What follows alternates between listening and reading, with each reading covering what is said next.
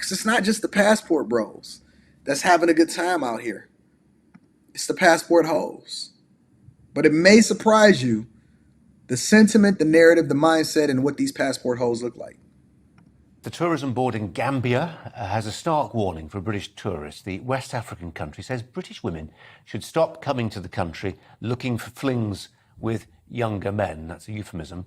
The director of the tourism board there has suggested he wants to send what he calls promiscuous pensioners packing, as the country wants to attract what were described as quality tourists who come to enjoy the culture instead of sex. Well, sex tourism took hold there after the launch of budget package tours in the 1990s, with reports of young Gambian beach boys often seen assisting older female tourists, some old enough to be their grandmothers.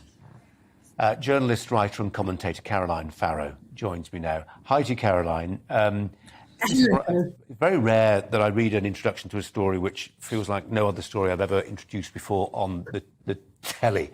This is one of those stories. And on one level, that's good because you want to be made to think about the news in new ways. A first reaction to this is that, of course, men have been travelling abroad for tourism for decades, if not longer. What do we make of this? What do we make of what the Gambians are saying about this? Well, in many ways, I feel a little bit uncomfortable because, it's up to Gambia what laws they want to set. And obviously, they want to clean up their tourist industry. Reading Super Chat shortly. I see you, Christopher J. I didn't forget about you. And I see you, Brock. Thank you, guys. I read somewhere that sex tourism accounts for 20% of their GDP. And it's very easy for us to kind of titter and giggle at the idea of older women going to have affairs with younger Gambian men. It's not seen as quite so taboo or exploitative, but it is, because if you're having to basically induce somebody to have sex with you because they wouldn't do so otherwise, it is a form of exploitation. And older women having sex with younger men is only one side, is only one element to sex industry or sex. Now, let's mine this out really quickly, ladies and gentlemen, okay? Because so many men catch so much flack about sex tourism, prostitution, buying pussy, the whole 9 yards, right? No. Let's be equal accountability partners here, ladies and gentlemen. And I'm going to be reading Super Chat shortly. But let's be equal accountability partners here, ladies and gentlemen. So many men are catching the bad end of the stick, and some of them justifiably so, especially when you're doing something so deviant, underage and all of that. But that's not what we're talking about. Can you imagine as a man, because the overwhelming majority of y'all are watching in the United States of America, you're watching it in Canada, you're watching it in the UK. Can you imagine as a man that is in the developed world, not a third world country, you having to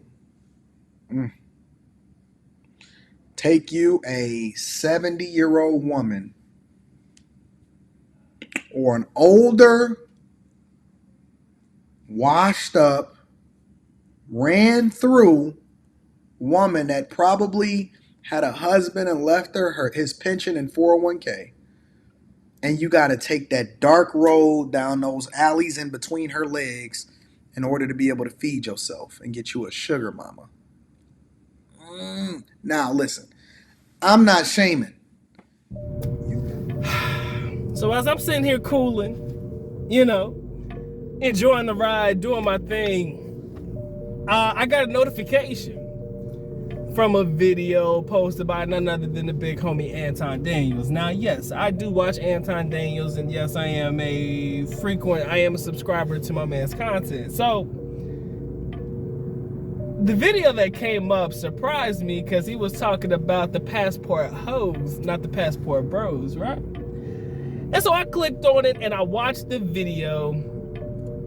And basically the video was talking about how Gambia is cracking down on the sex tourism of older British women coming into the country and having sex with the younger men in that country.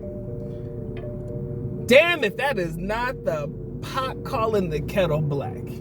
Now, shout out to the homie LAR Movement who brung this up prior to, in a video that we talked about prior, you know, about how women get their passport and they get flown out to places like Dubai and stuff like that. You know, the like, we talked about that prior. But now the big homie came across a video that was actually on national news.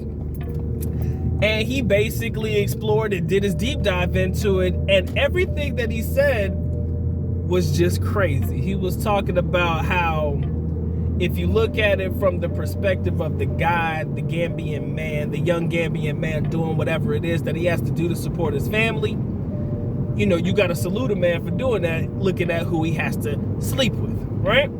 Now, on the flip side, I can say the same for some Filipino young ladies when it comes to guys who choose to travel overseas to a place like the Philippines, the old huskier, just nasty looking motherfuckers, that in order for this young lady to feed her family, she feels like she has to lay up with this guy. So it does go both ways, but it's just crazy about all the ish we hear as guys who choose to travel and be passport men.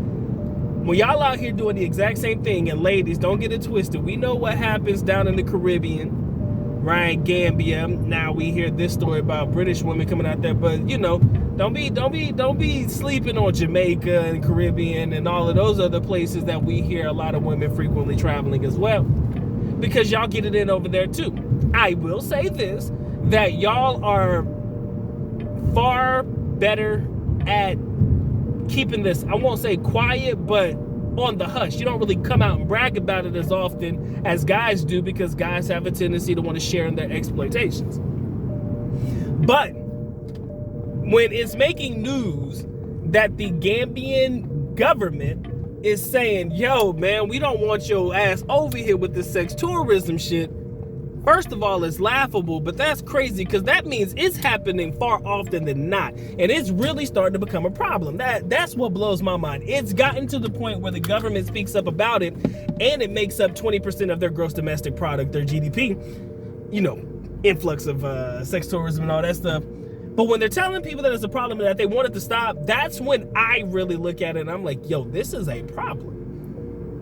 Now, is sex tourism ever going to stop? Absolutely not. I mean, people are going to continue to travel to other countries and, you know, fornicate and deal with young ladies from different countries and shit like that. Nobody can stop it. I can't. But all I can do is say, be fair, right? If y'all going to shit on men for doing it, don't sit there and act like y'all don't do it too, right? Because that's where I get pissed off. They shit on us like, oh, y'all going over there to deal with these not underprivileged, I'm sorry, but you know, people going through hard times, right, and challenges in their life, and you're just exploiting them when women go to fucking countries like Gambia and exploit the men over there as well. Make that make sense. Just make that make sense, man. I ain't gonna say too much more on it, because this got me fun. This got me in my feelings, but it definitely makes a great point. I don't want to hear nothing else. Hold your own.